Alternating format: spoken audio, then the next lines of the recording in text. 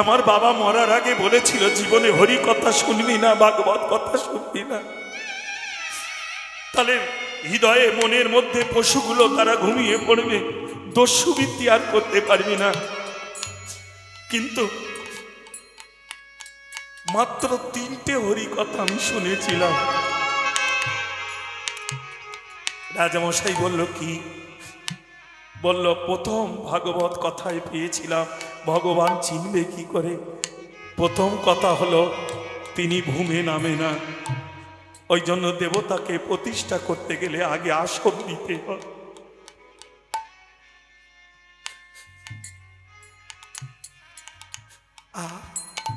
দ্বিতীয় হলো ভগবানের নয়নের পলক পড়ে না। তৃতীয় হলো ভগবানের ছায়া পড়বে না। এই 3টে হরি কথা আমি শুনেছিলাম, আর শুনি না। আপনার মেয়ে যখন গিয়ে দাঁড়ালো আমি ভেবেছিলাম সত্য বলে দেব, কিন্তু যখন চরণে পড়লাম দেখলাম চরণটি মাটিতেই স্পর্শ হয়ে আছে। ভাবলাম বুঝি ভাগবত মিথ্যা, এ বুঝি সত্য। আবার মনে ভাবলাম 3টে তো পেয়েছি, আরো দেখি না মিলিয়ে। চরণের পিছন দিকটা তাকিয়ে দেখলাম আপনার মেয়ের ছায়া পড়ে আছে। ভাবলাম 2টো তো ভাগবতে মিলল, তাহলে এটা কি মিলবে? 3টে আর একটা যদি মিলে তাহলে আমি ভাগবতে আশ্রয় নেব, মিথ্যা বলব। নয়ন পানে তাকিয়ে দেখি কিছুক্ষণ পরে পরে আপনার মেয়ের নয়নের পলক পড়ে।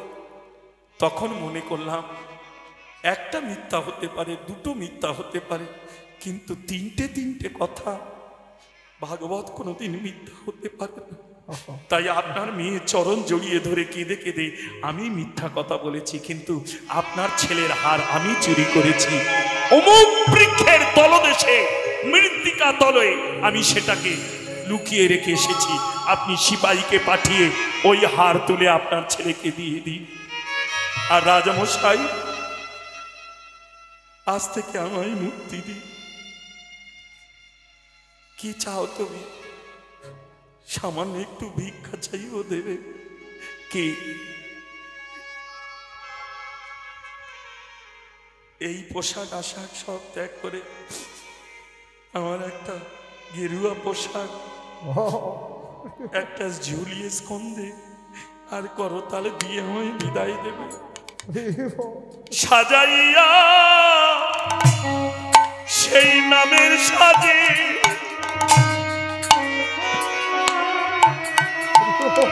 রাজা বিদায় দাও আজ আমাদের। আরে ও সাজাইয়া এ নামের সাজে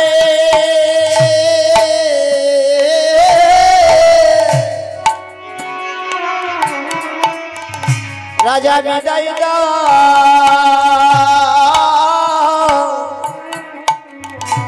আজে আজে আমারে।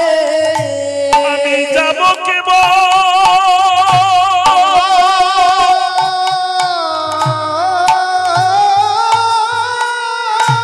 ওই হরি দর্শনে গো।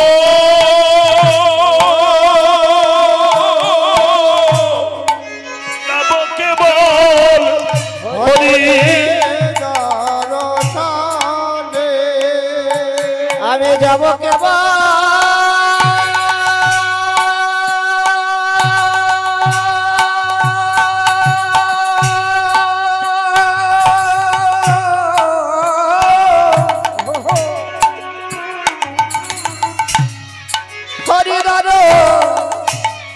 শোনে গো।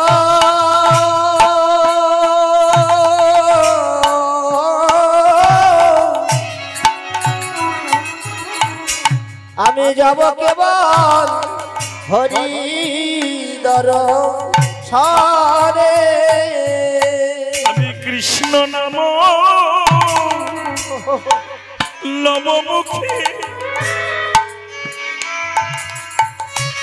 আমার জন্ম যাহা যাইবে সুখে।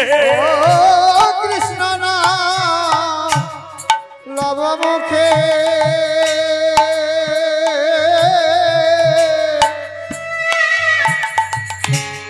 জনম যাইবে সুখে। ওগো কৃষ্ণ নাম লব মুখে। রাজামশাই, তিনটে কথা শুনে যদি আমি প্রাণ ফিরে পাই, যদি ওই তিনটে কথা না শুনতাম, তাহলে আপনার মেয়ের কাছে আমি সত্যকে স্বীকার করে দিতাম আর আমাকে শুলে চড়াতো। তাহলে ওই তিনটে হরি কথায় আমার পুনর্জীবন, পুনর্জন্ম। লক্ষ্য করো, এইখানে ভজন। অনেকে বলে বাবা মার উপরে গুরু নাই, সত্য, কিন্তু সে গুরু কতদূর? গুরুর স্তর আছে, ভজন আছে বাবা। মহাপ্রভু সেই শিক্ষা দিয়েছে। কুলগুরু আলাদা, সন্ন্যাস গুরু আলাদা, আশ্রম মঠ মন্দিরের গুরু আলাদা। প্রথম গুরু কেশব ভারতীর কাছ থেকে, আহা না, রাধে রাধে।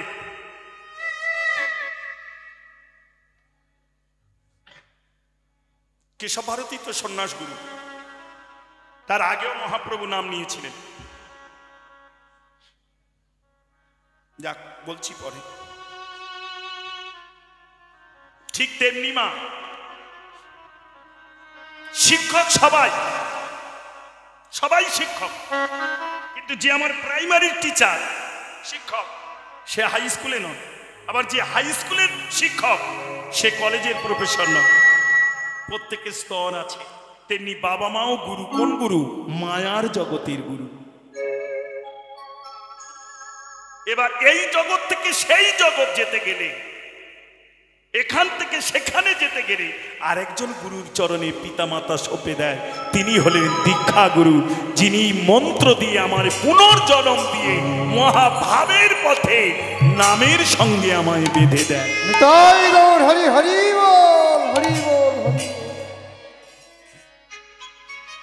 পিতামাতা গুরু। পিতামাতার কাছে আমি নিম্ন বীজের সন্তান, আর দীক্ষা গুরুর কাছে আমি ঊর্ধ্ব বীজের সন্তান। ভজন আলাদা, রাগ করিস না মা। ওই জন্য এই পিতামাতার কাছে কি পাবে? পিতামাতাকে ভজন সাধন করো, সেবা অর্চনা করো, কতদূর যাবে? আমি বলিনি তাদের সেবা করো না, করো, ধর্ম করতে হবে। পিতামাতাই যদি সব হতো, ভজন সেবা করলেই যদি হতো, তাহলে মহাপ্রভু সন্ন্যাস নিত না। সচিমাকে একা এইভাবে ফেলে। রাগ করো না, নিয়ে দেখো বাবা, শুধু উল্টো পাল্টা আস্বাদন করলে বা শুনলে হয় না বাবা। অনেকে বলে বাবা মার ভাত দেয় না, হরি হরি করে। আরে বাবা মার আমি ভাত দিই না, এটা ঠিক, কিন্তু বাবা মার কর্ম কি যে সে খেতে পায় না? আমি দিচ্ছি না, এটা আমার কর্ম, কিন্তু তার কর্ম কি ভালো যে সে পাচ্ছে না। জগৎ যাকে আহার জগিয়ে যাচ্ছেন, সৃষ্টি যাকে দিয়ে যাচ্ছেন, সে কেন পাচ্ছে না? আমার কর্মটা দেখো না, আগে তার কর্মটা দেখো। যাক, জয় শ্রী রাধে, হরি বল, হরে কৃষ্ণ, হরি বল, রাধে রাধে বলবো। ওই জন্য মা কর্ম কাউকে ছাড়বে না, যে যাই করি। আমরা নিয়ে এসেছি ভাগ্য, আর নিয়ে যাব কর্ম। রাজামশাই, ওই তিনটে কথা শুনে আজ আমার প্রাণ ফিরে এসেছে। এবার আপনি বলুন। আমার সঙ্গে সঙ্গে রাজামশাই আদেশ দিলেন, সুন্দর করে সাজিয়ে নামের ঝুলি নিয়ে এবার চললেন। আমি কৃষ্ণ নাম লব মুখে, আমার জন্ম যাইবে সুখে। কৃষ্ণ নাম লব মুখে,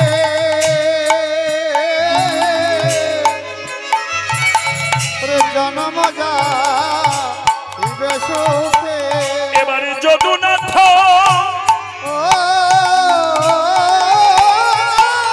ও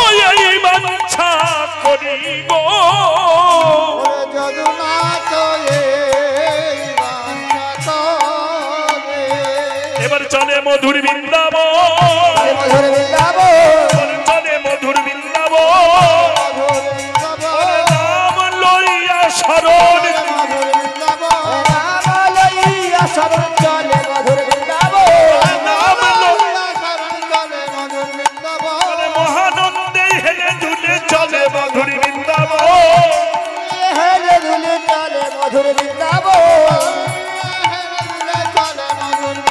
বলে রাধা কৃষ্ণ করিতে দর্শন চলে কৃষ্ণ করিতে দর্শন চলে মধুর বৃন্দাবন। এদিকে এ মহা আনন্দে যাচ্ছেন, কিন্তু সমস্যা এক জায়গায়, বৃন্দাবনে গেলেও হবে না। কেন? কারণ নামের কৃপা হয়ে গেছে, ভাগবত কৃপা হয়েছে, কিন্তু দীক্ষা তো এখনো। যে ভাগবত পাঠক ছিলেন, যিনি যার কাছে শুনে সেই তার কাছে গিয়ে আশ্রয় নিলেন, তিনি আবার দীক্ষা দিয়ে দেহকে শুদ্ধ করে বলল, বাবা আর নয়, এই অনুরাগ যার হয়েছে একমাত্র সেই জানে। যা মা বর্জেশ্বরী রাধারানী তোমায় বৃন্দাবনে ডাকছে, মা বৃন্দা দেবী তোমায় কৃপা করেছে, তুমি এবার গমন করো। সে আনন্দ ভরে যাচ্ছেন। তবে এ জগতে বৈষ্ণব সবাই, আমরা নেড়া হলে টিকি রাখলে মালা নিলে সব বৈষ্ণব, তাই না? কিন্তু কলিযুগে বৈষ্ণব মাত্র 3.5 জন, রায় রামানন্দ, স্বরূপ দামোদর, সিকি মাইতি। আর এই সিকি মাইতির বোন মাধবী দেবীকে নারী বলে অর্ধেক দান করেছে। এই হচ্ছেন 3.5 জন বৈষ্ণব, যে 3.5 জন বৈষ্ণবের কৃপায় এই নাম সংকীর্তন করার জন্য 3.5 হাত দেহের গঠন। হরি বল দাও না। হরি বল। রাধে রাধে মা, ওখানেই দাও। নিতাই নিতাই। এই 3.5 হাত হচ্ছে মানব দেহ। লক্ষ্য করো মা, এই 3.5 জন বৈষ্ণবকে সঙ্গে নিয়ে মহাপ্রভু গুপ্ত রস আস্বাদন করতেন। ভক্ত সবাই, কিন্তু বৈষ্ণব সবাই না। হরি বল হরি বল। আশ্রিত হয়ে এবার চলে মধুর বৃন্দাবন, মধুর বৃন্দাবন চলে মধুর বৃন্দাবন, চলে মধুর বৃন্দাবন বলে সাধু গুরুর করি স্মরণ, চলে মধুর বৃন্দাবন। সদগুরুর করি চরণ বৃন্দাবন সদগুরুর করি শরণ চলে মধুর বৃন্দাবন। মহানন্দে হেলে দুলে চলে আরে মহানন্দ হেলে দুলে চলে মধুর বৃন্দাবন। অবশেষে বৃন্দাবন 84 কোষ বৃন্দাবনের মধ্যে তিনি কেশিঘাটে গিয়ে ভজন করেছিলেন। এখনো তার ভজন কুটির আছে, যারা যাবেন দর্শন করতে পারবেন। ডাকাত হরিদাসের ভজন কুটির এখনো আছে কেশিঘাটের কাছে। জয় রাধে। যদি কোনোদিন গুরু কৃপায় বৃন্দাবন দর্শন যান, ওইখানে গিয়ে অন্তত ওখানকার ধুলে একটু গায়ে মেখে বা রাধারানীর কাছে বলবে, আমিও যেন এমনভাবে সংসার জগৎ কারাগার থেকে মুক্ত হয়ে আমিও তোমার চরণে আসতে পারি। এইখানে রইল আমার নুট আছে, প্রত্যেকদিন নুট। দাঁড়া বাবা, দাঁড়া দাঁড়া দাঁড়া বাবা, শোনো, নুট গাইব না, কারণ কাল কীর্তন আছে। নুট মহন্ত বিদায় এগুলো শেষ, নুট দিতে নেই। বাতাসা দাও, নিতাই গৌর হরি বলে বাতাসা ছড়িয়ে দাও, কিন্তু নুট গাইতে নেই। অপরাধ হয়ে যাবে তোমাদের। আমি চাই না কোনো অপরাধ হতে, হ্যাঁ? নাহলে তো এক্ষুনি দিয়ে দিতে পারি, আয় গো তারা আয় হরি নুবি তো নুটে নে নিতাই চাঁদের প্রেমে গাইলে গাইতে পারি, কিন্তু না, এগুলো অপরাধ। হ্যাঁ তাই? আচ্ছা আচ্ছা, তাহলে ঠিক আছে, আরেকবার যাও, আমি ভাষায় গিয়ে বলে দিচ্ছি। জয় রাধে। হ্যাঁ, হরে কৃষ্ণ হরি বল। 3.5 জন বৈষ্ণব কথা বলে দিয়েছি। রায় রামানন্দ, স্বরূপ দামোদর, সিকি মাইতি আর মাধবী দেবী নারী বলে তাকে অর্ধেক, ওই জন্য নারী জনমের পূর্ণ নয়, এক নাম হলো অর্ধাঙ্গিনী। আরো ভজন আছে। স্বামী নারী জনমের দক্ষিণ অংশ স্বামী, বাম অংশ পুত্র। নারী জনম ধন্য কেন? স্বামী ভজন করলে তুমি অর্ধেক পাবে। কখন? যদি সহধর্মিনী হও। সুন্দরী রমণী হলে পাবে না, স্ত্রী হলে পাবে। সহধর্মিনী হলে, মনে করো স্বামী বড় বাজার থেকে আসবে, 7টা বেজে গেছে, ঠাকুর ঘরে যেতে পারেনি, চরণ ধৌত করে, কোনো কিছু দরকার নেই, 2টো তুলসী পত্র রেখে দেবে পাত্রে তুলে, কারণ সন্ধ্যের পরে তো তুলতে নেই, আগে থেকে তুলে রাখবে। স্বামী এলো, প্রসাদ দিতে গেলে পাত্রটা পাশে দেবে, এই নাও, এই পত্র দিয়ে ভোগকে নিবেদন করো, ভোজন জানা নিবেদন করে তুমি প্রসাদ পাও, তাহলে তুমি সহধর্মিনী। লক্ষ্য করো মা, এমন করে স্বামীকে যদি এগিয়ে দিতে পারো, তাহলে দেহের অর্ধেক, স্বামী যা ভজন করবে তুমি অর্ধেক পাবে। আবার এদিকে বাম দিকটা ছেলে, ছেলেও যদি ভজন করে, শুধু মা হলে পাবে না, কৃষ্ণ পরায়ণা জননী হলে তুমি ছেলের অর্ধেক ভজন পাবে। ওই জন্য নারী জন্মের উপরে আর কৃষ্ণ ভজনের শ্রেষ্ঠ জন্ম নেই। জয় রাধে, হরে কৃষ্ণ, হরি বল। তাহলে এই 3.5 জন বৈষ্ণবের কৃপায় এই হরিনাম সংকীর্তন মহাপ্রভু গম্ভীরাতে এই 3.5 জন বৈষ্ণবের সঙ্গে বিরহ লীলা রস আস্বাদন করেছিলেন। যদি আবার কোনোদিন আসি, যদি আপনাদের চরণ দর্শন পাই, সাক্ষাৎ যদি হয়, আবার না হয় হরি কথা বাবা স্মরণ করিয়ে দেবেন। এই 3.5 জন বৈষ্ণব নিয়ে আস্বাদন করবো সেই দিন। এইখানে রইল আমার লীলার মাধুরী, এইখানে রইল আমার লীলার মাধুরী।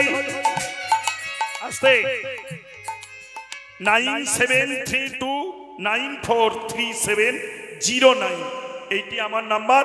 দয়া করে আন নাম্বারে করে, মানে অন্য নাম্বারে করে দালালের খপ্পরে পড়ো না, কারণ ইউটিউব মাধ্যমে এখন অনেক দালাল বেরিয়ে গেছে, অপরাধ নিও না। হরে কৃষ্ণ। তাই সবার চরণে ক্ষমা চাইলাম কমিটির। যদিও এখন এসব কথা বলা কারণে এখন তো নপুটে গেছে নাকি বাবা, আছে সংখ্যায় কম, তবে বেশিরভাগ আছে কালো সুতো। কি বলছে নেড়া বলে বোকা ভাবো নাকি? এত সোজা নয়। কিন্তু এই যেটায় তোমরা আনন্দ পেলে, হাসলে, এটা বাজে কথা। ইউটিউব ম্যান এগুলো কেটে দিবি, নাহলে নেড়া দোষ হয়ে যাবে। আর বাবা তোদের চরণ ধরে বলি, আমার ফোন নাম্বারটা দিবি রে। এইটুকু তোদের 9732943709, এইটা কাটবি না। রাধে রাধে, হরে কৃষ্ণ, হরি বল। তাহলে বাজে কথা আন কথা নয়। হরে কৃষ্ণ। পরে আরেকবার বলে দেবে হরে কৃষ্ণ, তাই না? আবার অনেক মায়েরা এখন নূপুর পরে না, কেন জানো? কারণ সব পা তো এক নয়। হরম পা, খরম পা, কত রকম মায়েদের জাত কটা, ছঞ্চনী, হস্তিনী, পদ্মিনী, শঙ্কনী, চিত্রাণী, তাই না? কোনো কোনো মা নূপুর পরে হেঁটে যাবে, মনে হবে যেন মা লক্ষ্মী আমার ঘরে। আবার কোনো মা হেঁটে যাবে, মনে হয় যেন একাতন্তরে চোখে বাজ পড়ে। বাবা মনে করে দেয়, যদি আমার বুকে পড়ে তো বাস।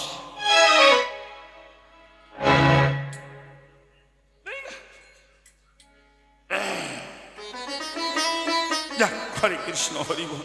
তোমাদের বলবো কি, আমি নিজেও কোনোদিন নূপুর পরিনি। আজ না হয় বাবা জিনেড়া হয়েছে, আগে তো চুল টুল ছিল, তখন তার আশ্রমবাসী ছিলাম না। এখন না হয় বৃন্দাবনে রাধাকুণ্ডে থাকি, তখন তার তা না। যাক, জয় শ্রী রাধে। আমি কিন্তু জীবনে ওই সব নূপুর বাঁশি ফাঁসি করতে নেই। কৃষ্ণ নাম করো, কৃষ্ণ সেজো না, কারণ নিষ্কাম প্রেমের মূরতি, আর তুমি কামের মূরতি। ওই জন্য মা, যদি পারো কোনোদিন ছেলে মেয়েকে রাধা কৃষ্ণ সাজাবে না, তবে 12 বছরের আগে হলে সম্ভব, 12 বছরের আগে হলে সম্ভব। তবে রাধা কৃষ্ণ সাজাতে গেলে তাদের যেন দীক্ষা থাকে। যাক, এসব অনেক ভজন কথা। হরে কৃষ্ণ, রাধে রাধে, হরি বল মা, হরি বল। ডাকাত নয়ন মুদ্রিত করে মামা করছে, আর এই ছুট মেরে ডাকাত বাবা দ্বিতীয় রাতে ঘুমিয়ে পড়েছে, কারণ প্রথম রাত ঘুম হয়নি, সারা রাত জাগা, রাজকর্ম, রাজারও তো কর্ম থাকে। আবার রাত্রে ওই চিন্তা করতে করতে একটু আতো নিদ্রা অঘর হয়েছে, আর ঠিক সেই সময় মা কালী রূপে নিয়ে গিয়ে দাঁড়িয়েছে। বাবা, এইবার রাজা চমকে উঠে দেখে মা কালী, মনে করেছে এইবার আমার, ওই জন্য এইবার বুঝি আমার মা কালী খড়গ এনেছে। মা, তুমি আমায় রক্ষা করো, আমি যদি অপরাধ। মেয়ে বলে, বাবা বিধাই কেন তুমি কন্দন করছো? আর চিন্তা করো না, আমি তোমার মেয়ে, আমি মা কালী না। সে কি, আমি তো একদম চিনতেই পারিনি।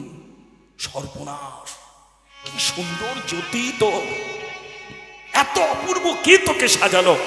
বললো, এমনি, হ্যাঁ, আমি বিউটি পার্লার থেকে সেজেছিলাম, এমনি সুন্দর করে সেজে, নিখুঁত।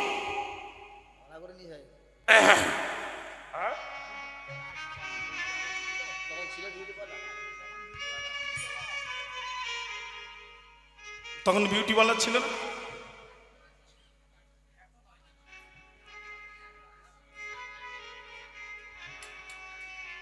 দাঁড়া দাঁড়া দাঁড়া দাঁড়া, ওদের সমস্যা ওরা মেটাক। বিউটিওয়ালা ছিল কি না?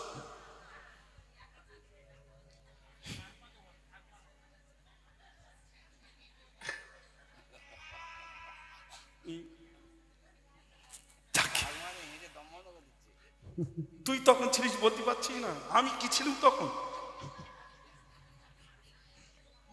তা যাকে যা হবে, সুন্দর করে সেজেছে, সাজিয়ে বলল মা এই রূপে তুই কেন? বলল বাবা সত্যকে উদ্গার করার জন্য কখনো কখনো ছলনাকেও আশ্রয় করতে হয়। হ্যাঁ মা, তা কি সত্য উদ্গার করলি? বলল বাবা তুমি যে চিন্তায়, যে ভাবনায় মগ্ন হয়ে আহার নিদ্রা ত্যাগ করছো, যার জন্য তুমি ভাবছো, সেই ছেলেটার মৃত্যুর কারণের জন্য তো। তা আমি তোমার সত্যকে উদ্গার করে নিয়ে এসেছি। সেই ছেলেটা চুরি করেনি, কারণ চোর ডাকাত যাই হোক ওরাও মা কালীর ভজন করে, মা কালীর পুজো করে, মা কালীর চরণে ফুল দিয়ে তবে কর্মে যায়। তো আমার কাছে স্বীকার করেছে, যেমন তুমি আমায় চিনতে পারলে না, মা মা করে কাঁদছো, আমি তোমার ঔরসজাত কন্যা হয়েও, আর সে পরে কোনোদিন আমায় দেখেনি, সে কি করে চিনবে? তাই সে মা মা করে উন্মাদের মতো পাগল হয়ে গেল, গিয়ে সত্যকে উদ্গার করে দিয়ে বলল মা তুমি তো জানো এ কাজ আমি করিনি মা। ও তা মা তুই সকল পোশাক আশাক খুলে বিশ্রাম কর, কাল সকালের সুবিচার। সকাল হলো, যথারীতি প্রহরীদার আহা সিপাহীকে পাঠালেন কারাগারে। যাও কারাগার রক্ষীকে বলো ওই পুত্রটিকে, ওই ছেলেটিকে কারাগার থেকে মুক্ত করে আমার রাজসভায় নিয়ে আসতে। ছেলেটি লাটোয়াল পালোয়ান তারা গেল, গিয়ে কারাগারের যিনি প্রহরীদার ছিলেন, কারারক্ষী যিনি ছিলেন, তার কাছে জানালো রাজার আদেশ। সঙ্গে সঙ্গে তার মুক্তি হলো। নিয়ে এলো রাজসভা, অগণিত প্রজাবর্গ, মন্ত্রী, পাত্র, মিত্র সবাই আছে। রাজামশাই বলছে শোনো, আমি বিরাট অপরাধ করার হাত থেকে বেঁচে গেলাম, বিরাট পাপ থেকে আমি বেঁচে গেলাম। কাল রাত্রে তুমি মা কালীকে যা বলেছ তা আমি সব জানি। এ তখন দুটো হাত তো না, মাথা চুপ করছে, মনে হয় ঠিক জায়গায় লেগেছে।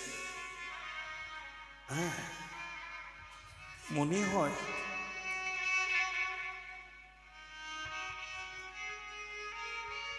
রাজামশাই কি শুনলেন? বলল শোনো, তুমি যে মা কালীকে ভেবে যা চরণে পড়ে এত কাঁদছিলে, মা মা করে পাগল হয়ে যাচ্ছে, বলছিলে মা আর মাত্র কটা দিন আমার পরমায়ু, তুমি জানো মা আমার শুলে চড়িয়ে মৃত্যু হবে। সেই মা কালী অন্য কেউ নয়, আমার মেয়ে। সে কালী রূপ ধারণ করে গিয়েছিল। তাই মেয়ের কথায় আমি সত্যকে জানতে পেরে আজকে তোমায় মুক্তি দিলাম। তুমি মুক্ত, যাও তুমি যেখানে তোমার মন চায় যাও। ছেলেটি বলল রাজামশাই আর আমার কোনো ভয় নেই তো? বলল না। আচ্ছা এবার যদি আমি সত্যি কথা বলি? রাজামশাই বলল কথা দিচ্ছি, কারণ সব থেকে বড় সত্যি তো আমার মেয়ে, সে তো এনেছে, দেবী রূপ ধারণ করে গিয়ে সত্যকে উদ্ধার করে এনেছে। এর থেকে যদি আরো কোনো সত্য থাকে থাকলো, কিন্তু আমি তোমায় মুক্তি দিয়েছি। এই রাজসভায় পাত্র, মিত্র, কটাল, মন্ত্রী, প্রজাবর্গর সামনে যা দিয়েছি তা দিয়েছি, তোমার মুক্তি দিলাম, যাও।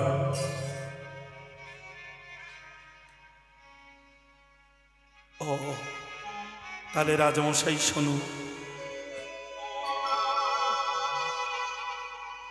আমাকে যখন কর এমনি করে বন্ধন করে নিয়ে যাচ্ছিলেন এই পথ দিয়ে, ওই পথের মাঝে একজন বৈষ্ণব হরি কথা বলছিলেন।